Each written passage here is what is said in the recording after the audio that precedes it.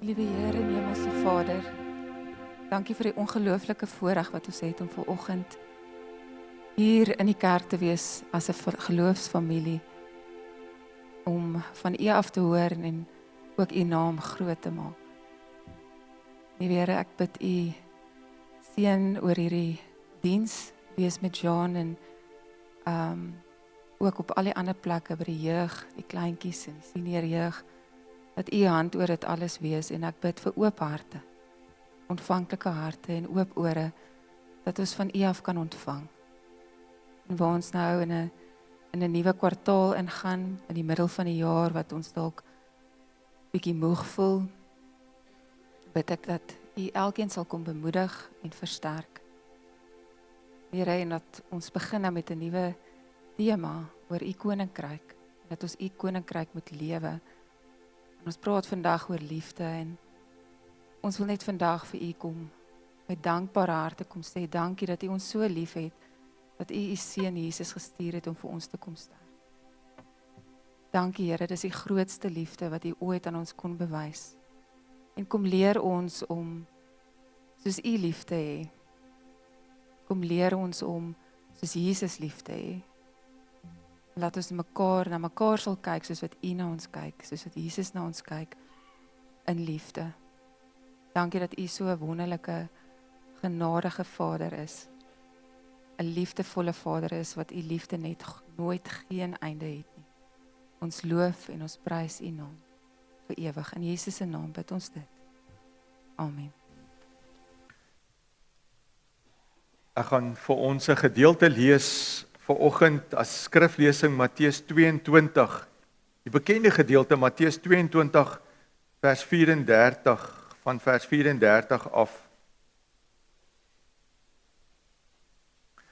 Dis daai baie bekende gesprek wat Jesus Jesus het mos nou rondgegaan en ons weet Jesus het oralste waar hy gaan, het hy gepraat oor die koninkryk van God en hy wil net Jesus wou God se hartklop vir die wêreld kom wys en die manier hoe hy optree en dit moes mense se lewens verander het. So die mense wat daar was, die Jode, het 'n klomp wette gehad. En dan kom daar een fariseer na Jesus toe. En hy vra vir Jesus 'n baie belangrike vraag. Hy sê vir hom, toe die fariseer hoor dat Jesus die Sadduseërs die mond gesnoer het, want hy was in gesprek met hulle, het hulle bymekaar gekom. En een van hulle, 'n wetgeleerde, het hom met 'n vraag probeer vastrek. Meneer, vra hy, wat is die grootste gebod in die wet? As die wet dan nou so belangrik is, Jesus, meester, rabbi, wat is die heel belangrikste? Wat is die een ding wat ek nie moet mis in hierdie lewe nie? Dan sê hy vir hom en Jesus antwoord hom, jy moet die Here jou God lief hê met jou hele hart en met jou hele siel en met jou hele verstand. So jy moet vir God lief hê. En dit is die grootste en die enigste gebod. En die tweede wat hiermee gelyk staan is, jy moet jou naaste lief hê soos jouself. In hierdie twee gebooie is die hele wet en profete saamgevat. Nou, aan die begin van die reeks, praat ons, en dis waaroor die reeks gaan, oor die waardes en die beginsels van die koninkryk van God. So dis belangrik dat ek en jy sal weet, wat is die koninkryk? Waaroor gaan die koninkryk? En hoe word jy deel van hierdie koninkryk? Want die koninkryk van God kan eintlik vergelyk word met 'n ekosisteem. Nou as ek jou gou kan terugvat na jou laerskooljare toe, 'n ekosisteem, né? Dit is waar al daai prentjies is baie keer in die boeke van die kinders. So 'n hele ekosisteem. Ons kan nie 'n ekosisteem as dit ware sien nie, maar tog sien ons dit wanneer die een ding afhanklik is van die ander ding en alles is afhanklik van mekaar en dit vorm 'n goeie gesonde ekosisteem wat dan kan saamwerk. Dit is 'n noodsaaklike netwerk wat daar moet wees, 'n verhouding tussen organismes. Nou net so is die koninkryk van God. As ons gaan praat vir die volgende 9 weke oor die koninkryk van God, dan gaan jy vir my sê, maar waar is die koninkryk? Waar is sy GPS-koördinate? Ons het nie daai koördinate van die koninkryk van God nie. Ek kan dit nie vandag vir jou gee nie. Die koninkryk van God is waar jy beweeg en wat jy sigbaar maak. Want dis 'n onsigbare koninkryk wat sigbaar gemaak word deur my en jou optrede, deur my en jou dade, die manier wat ons praat. Ons maak God se teenwoordigheid 'n realiteit. Die koninkryk is waar God se heerskappy na vore kom. En in die evangelies, as jy nou Matteus, Markus, Lukas en so voorts gaan lees, dan sal jy lees en jy gaan dit baie vinnig optel. Daar word natuurlik baie gepraat oor die koninkryk van God of oor die koninkryk van die hemele wat Matteus gebruik wat presies dieselfde is. Daar word voorbeelde gebruik soos dis so suurdeeg byvoorbeeld. Nou maar as ons nou nader kom aan onsself in terme van die koninkryk van God, dan het ons vir mekaar alreeds gesê, miskien kan jy dit onthou, dalk is dit die eerste keer wat jy dit vandag hoor. Om in die koninkryk van God in te kom, beteken dit ek moet weergebore word. 'n Natuurlike mens wat net natuurlik gebore is, kan nie deel wees van die koninkryk van God nie. Ek moet weergebore word. Dit wil sê, om weergebore te word beteken ek gee my lewe oor aan die Here. Ek sê vir hom, Here, ek kan nie sonder U leef nie. Ek het U nodig, Here Jesus Christus, kom in my lewe in, kom verander my lewe. Dan sê die woord vir ons, jy word dan vanuit God gebore. Hy kom verander jou hier aan die binnekant. Jy sal dalk onthou dat ek vir jou gesê het, dis soos wanneer jy in rekenaartaal, wanneer jy 'n nuwe harde skyf kry. As jy 'n nuwe harde skyf in jou rekenaar insit, dan funksioneer hy sommer net heeltemal anders en hy's vinniger en beter en alles. So kom die Here. En hy kom verander my in jou lewe, as ek my lewe aan hom oorgee, en hy kom gee hy herprogrammeer ons eintlik. Hy maak ons daartoe in staat om die koninkryk sigbaar te gaan maak waar ek ook al beweeg. En dit is wat hy met ons gedoen het. Hy help jou om nou ewe skielik die waardes van daardie koninkryk, jy weet, wat ons daar het, wat ons nou gaan begin, en ons begin vandag met liefde, dat dit vir jou 'n prioriteit is en dat dit vir jou belangrik is. En hy gee vir jou die Heilige Gees om dit te kan uitleef. So wat beteken dit? As ek nou tot bekering gekom het, dan wil ek graag anders te leef. Sekere goed raak vir my baie belangrik. En dis nou waar die verskil inkom, basiese verskil tussen, nou vra jy seker maar waardes en beginsels en goed. Daai waardes is iets wat vir jou diep belangrik is.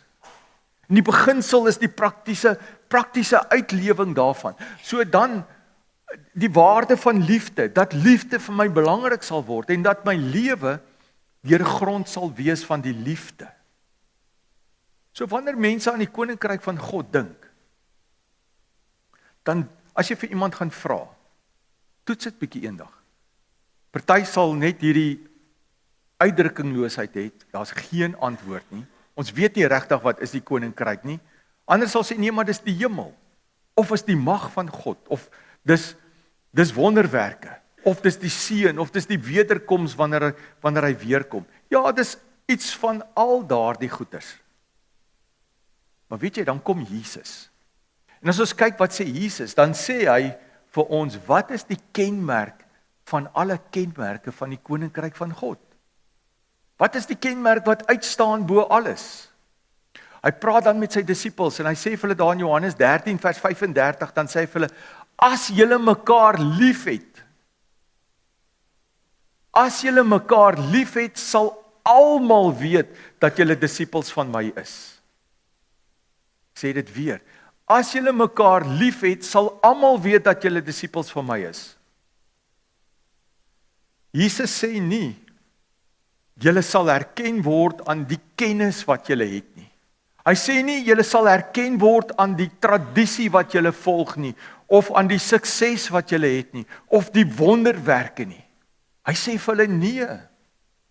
Hy sê vir hulle, julle sal herken word aan die liefde wat jy het. aan die liefde wat jy uitleef. Die liefde vir mekaar. En wanneer Jesus daaroor praat, dan sê hy vir jou, liefde is nie net 'n emosie nie. Dis nie net hierdie lekker warm gevoel wat ons het nie. Maar liefde is die taal van die hemel. Dis die taal van die koninkryk. Want dit is die karakter van God. En as ek en jy liefde uitleef, dan leef ek en jy God se karakter uit. En dan maak ek dat die koninkryk van God sigbaar word in die manier waarop ek optree deur liefde. Nie deur my eie selfsugtige begeertes nie. Julle, die koninkryk van God word herken aan hoe sy burgers, dis nou ek en jy, liefhet. Kom ek sê dit weer vir jou. Die koninkryk van God word herken aan hoe sy burgers liefhet. Die wêreld word nie eers deur preke oortuig nie, maar deur ons liefde. Hoe ons dit uitleef. Ons optrede moet getuig van liefde. Liefde moet die wortel van alles wees. Soos 'n boom. As die boom se wortels nie gesond is nie, gaan daai boom nooit vrug dra nie. As ek nie in liefde gewortel en gegrondves, dan moet ek nie verwag dat ek die vrug gaan dra nie. En dis hoekom Jesus vir sy disippels gesê het, leef julle liefde teenoor mekaar uit, en die wêreld gaan dit sien, en jy gaan 'n verskil maak in die wêreld. En ek en jy kan nie die koninkryk gaan weerspieël daar buite, sonder om die karakter van die koning te weerspieël nie. En 1 Johannes 4 vers 8 gee vir ons die karakter wanneer hy sê, God is gelyk aan liefde. Hy's nie soos liefde nie, hy is liefde. Het jy al daaraan gedink, daar buite in die wêreld, mense lees nie Bybel nie. Ek dink ons moenie naïef wees om te dink die mense lees die Bybel nie. Meeste mense lees nie Bybel nie. Maar hulle lees jou. Hulle hou jou dop. Hulle hou jou dop hoe jy praat. Hulle hou jou dop hoe jy ander behandel. Hulle hou jou dop hoe jy konflik hanteer en of jy vergewe en of jy diensbaar is. So wat sê dit vir ons? Dat my en jou lewe is die enigste Bybel wat mense gaan lees. My en jou lewe is die enigste iets wat die koninkryk gaan sigbaar maak.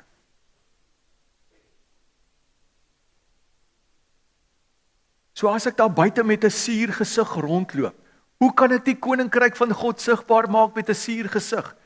Of as ek onvergewensgesind of sommer net kwaad is vir die lewe, een of ander wrok het teen die lewe, hoe kan ek die koninkryk van God sigbaar maak? Dis net nie moontlik nie. En dan gaan die getuienisaksie daarvan heeltemal verlore. So mense lees ons lewens. En ons moet maar vir mekaar sê, ons is nie perfek nie. Maar dis hoekom ons 'n pad van heiligmaking stap, dat die Here saam met ons elke dag stap. Ons gemeente, Nelspruit Suid. Ons kan die beste musiekspan hê wat daar is. Ons kan die beste prediking hê. Ons kan die beste fasiliteite hê. Maar as ons nie gaan liefde uitleef nie, dan bly hierdie maar net 'n organisasie. Die liefde wat ons het vir mekaar hier in Nelspruit Suid maak dat ons dit wat daar op die deure staan, wees ligdraers van God. Ons kan dit nie gaan uitleef sonder liefde nie.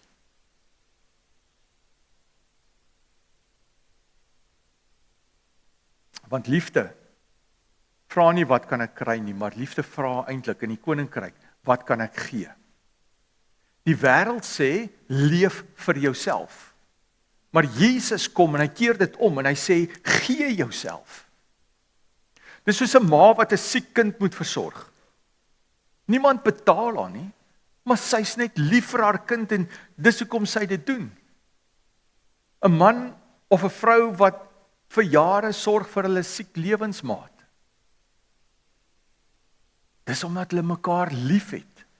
Dis hoekom hulle dit doen. Liefde kos iets.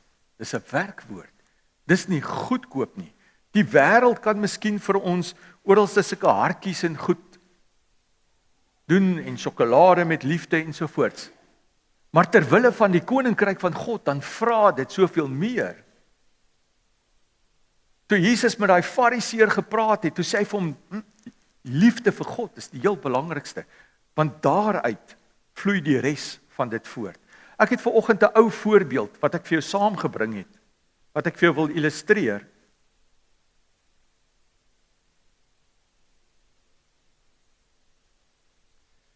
Binne hierdie melkbeker het ek water. Hierdie is jou lewe. En nou sê ons vir mekaar, ons praat oor een van die waardes wat regtig belangrik is vir die koninkryk.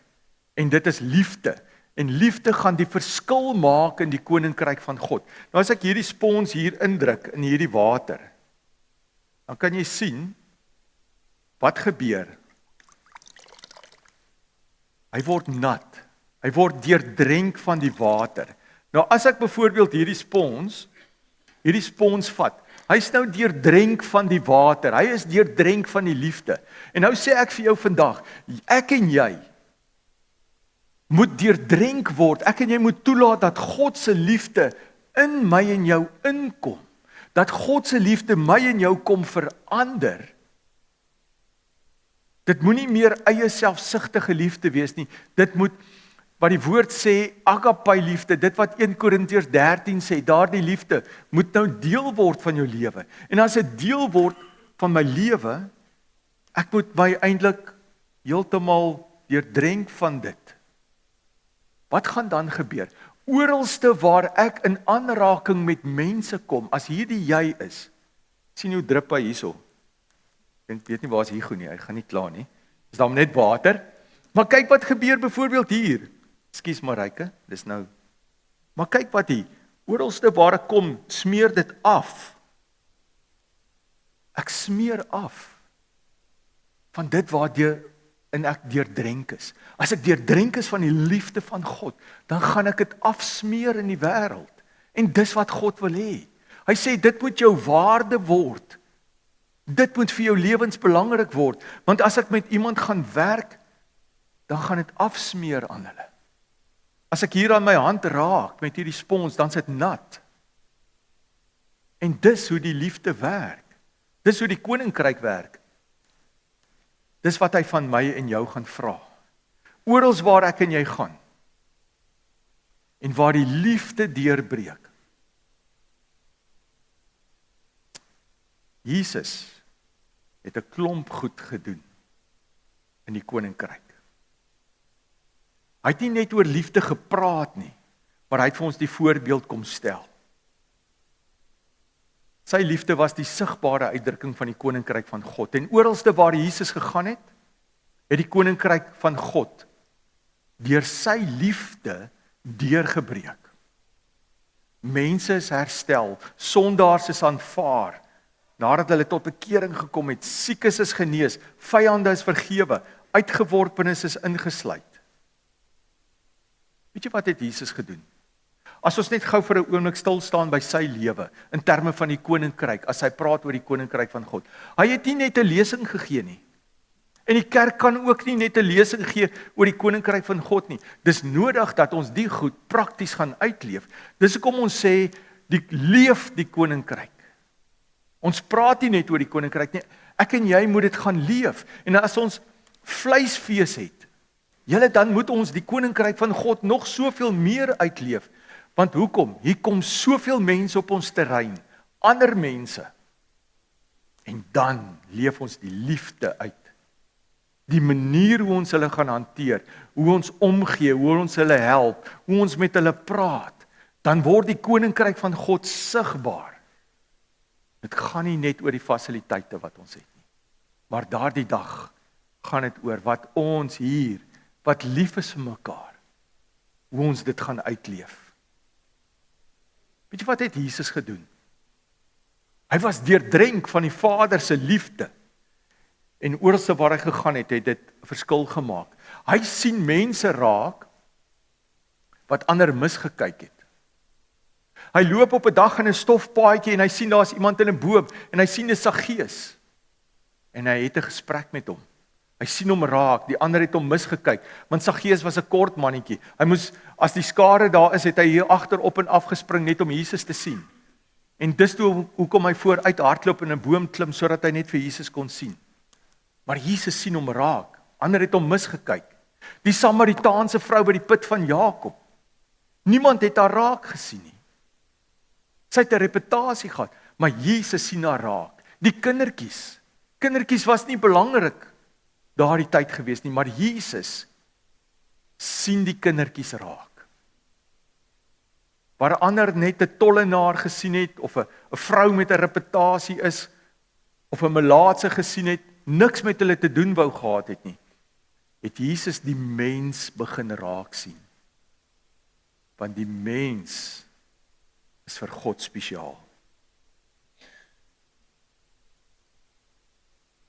Hoeveel keer? Ons maak almal daai fout, dink ek. Ek ook. Hoeveel keer loop ons nie in die wêreld hier buite met vooropgestelde idees oor mense? En dan wil ek nie met hulle te doen kry nie. Ek wil nie met hulle te doen kry nie. Maar as ek hoor wat ek vanoggend hoor en ek is deurdrenk van die liefde van God, dan maak ek dalk net die koninkryk sigbaar in hulle lewe, in die manier hoe ek optree, in die manier hoe ek met hulle praat, in die manier hoe jy met die ene praat wat jou motor vol petrol maak, of wat by die kasregister werk, of wanneer jy ongelukkig is oor een of ander diens, die manier hoe jy dit hanteer, gaan jy die koninkryk sigbaar maak. En dis wat Jesus kom doen het. Hy sien ook mense raak waar niemand anders te wou raak nie. In Matteus 8 vers 1 tot 4 is daar die mooi verhaal van die man wat melaats was. En hy kom kniel voor Jesus en hy sê vir hom, Here, as U wil, kan U my gesond maak. En wat doen Jesus? Dis 'n melaatse. Jy wil nie aan 'n melaatse raak nie. En Jesus raak aan hom en sê, ek wil, word gesond. En sy melaatsheid het onmiddellik weggegaan. Jesus kon genees het sonder aanraking. Maar hy kies liefde bo afstand. Want wie weet wanneer laas het daai persoon menslike aanraking gevoel? Want hulle was uitgeworpenes gewees. Jesus het gedien om in plaas van om gedien te word. Johannes 13 vertel dit vir ons mooi, die voetewassing. Hy gee honger mense kos. Hy breek grense af wat voorheen daar was. Jesus wat met die Samaritane praat. Die Samaritane het hulle beskou as baster Jode. Hulle was nie eers goed genoeg om eintlik 'n Jood te wees nie. Daar's 'n hele geskiedenis agter die Samaritane. Dit vir 'n volgende keer. Maar hulle wou nie met die Samaritane meng nie. Hulle het net eenvoudig nie van hulle gehou nie. Maar Jesus begin en Jesus reik uit na hulle toe en die koninkryk van God word sigbaar vir hulle. En daar die Samaritaanse vrou by die put van Jakob in Johannes 4. En wat 'n verskil, 'n hele dorpie kom tot bekering daardeur. Omdat Jesus se liefde 'n verskil gemaak het. Jesus kies liefde bo godsdiens. Wanneer die Fariseërs kom met hulle reëls en hulle regulasies, het hulle gesê, maar ons hou so by die reëls, dat dit gaan nie eintlik meer oor die mens nie, maar dit gaan meer oor die reël, as oor die mens. Die reël is dat jy op die Sabbatdag net X, Y en Z mag doen, nie te veel mag doen nie. En dan is daar iemand wat Jesus wil daardie persoon genees, en eintlik raak hulle ongelukkig. Hoe kan hy dit doen? Kan nie op 'n Sabbatdag nie. Sien, Jesus het gekom, en hy sê, maar die koninkryk gaan oor liefde, gaan nie ter wille van myself nie, het gaan ter wille van die Vader. En op die Sabbatdag doen hy dit. Terwyl die Fariseërs sê, nee, net hierdie reëls, ons bly net binne hierdie baan.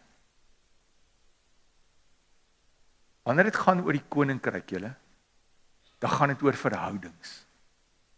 Gaan oor verhoudings. My verhouding met die Vader moet my verhouding in die lewe met mense begin verander. Dat mense anders sal word vir my. Ek en jy is geroep om dieselfde te doen as wat Jesus gedoen het op 'n daaglikse lewe. Om lief te hê soos wat Jesus Christus lief gehad het, om te dien soos Jesus, om grense af te breek, om liefde bo godsdienst te kies. Om te kyk waar daar nood is, om met ander oë te kyk na die wêreld. Jesus het die wêreld verander deur liefde. Want so lief het God die wêreld gehad, dat hy sy enigste seun gestuur het, sodat elkeen wat in hom glo, nie verlore sal gaan nie, maar die ewige lewe kan hê. Is as gevolg van God se liefde, dat ek en jy vandag hier sit. En hy stort heeltyd daai liefde uit. En hy sê, jy moet dit gaan uitleef. Ek wil afsluit met 'n gedeelte, baie bekende gedeelte. Dis altyd nou tipies waarvan ons praat, die gedeelte wat gelees word op troues. 1 Korintiërs 13. Wanneer Paulus kom skryf daaroor en hy sê, weet al het ek, hy begin net deur te sê, al het ek al hierdie wonderlike ding, al kan ek die tale van mense en engele praat, maar ek het geen liefde nie, het ek 'n stuk klinkende metaal, 'n galmende simbaal geword. Al het ek die gawe van profesie en ken ek al die geheimenisse en besit ek al die kennis en al het ek al die geloof om berge te versit, maar ek het nie liefde nie, dan is ek niks. Al deel ek al wat ek het aan ander uit en al gee ek my liggaam prys om my daarop te kan beroem, maar ek het geen liefde nie, baat dit my niks. Hy sê in vers 8, die liefde vergaan nooit nie. Ek en jy moenie bang wees om die liefde van God se koninkryk uit te leef nie. Dit gaan nie opraak nie. Want dan beteken dit God raak op. Hy raak klaar en dit gebeur nie. Daarom is die liefde belangrik. Dit is nie oppervlakkige wêreldse liefde nie, maar dis liefde wat 'n prys vra. Kom ek vra gou vir jou so 'n vraag of twee. Jou huis waarin jy bly, jou huisgesin. Is my huis bekend vir liefde? Is dit 'n liefdevolle huis? As jy sê nee, hoekom nie? Sal mense wat my ken sê dat liefde die duidelikste kenmerk van my lewe is? As hulle na jou lewe kyk, sal liefde, as hulle aan jou dink, eendag op jou begrafnis, daai persoon het liefde geken en uitgeleef. As dit nie is nie, hoekom nie? Jesus het nie net oor liefde gepraat nie. Hy het dit uitgeleef. Maar wat sê hy ons vandag vir mekaar? Kom ons gaan en ons gaan maak uit jou oneindig lief. Onderdompel jouself in sy liefde. Laat toe dat die Heilige Gees jou op 'n roete neem, dat jy sy liefde ervaar. Die wêreld kan jou nie so lief hê soos wat God jou lief het nie. En as jy vol word van sy liefde, dan gaan jy en jy gaan leef dit uit. Los jou merk in die wêreld as gevolg van liefde. Dis die eerste waarde van die koninkryk. En kom ons gaan leef dit uit. Mag die Here deur die werking van die Heilige Gees jou daartoe help. Kom ons sluit die oë. Vader,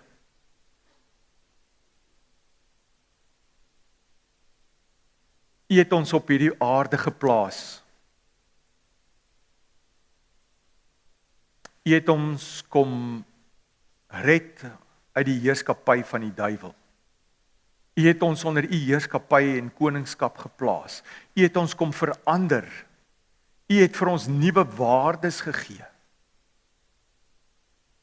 En as ons vanoggend weer opnuut bewus gemaak is van liefde, van u liefde vir ons, u liefde vir die wêreld, dan kan ons nie anders as om daarbey in te skakel nie en vra vir u Vader, kom en laat ons u liefde nog meer ervaar.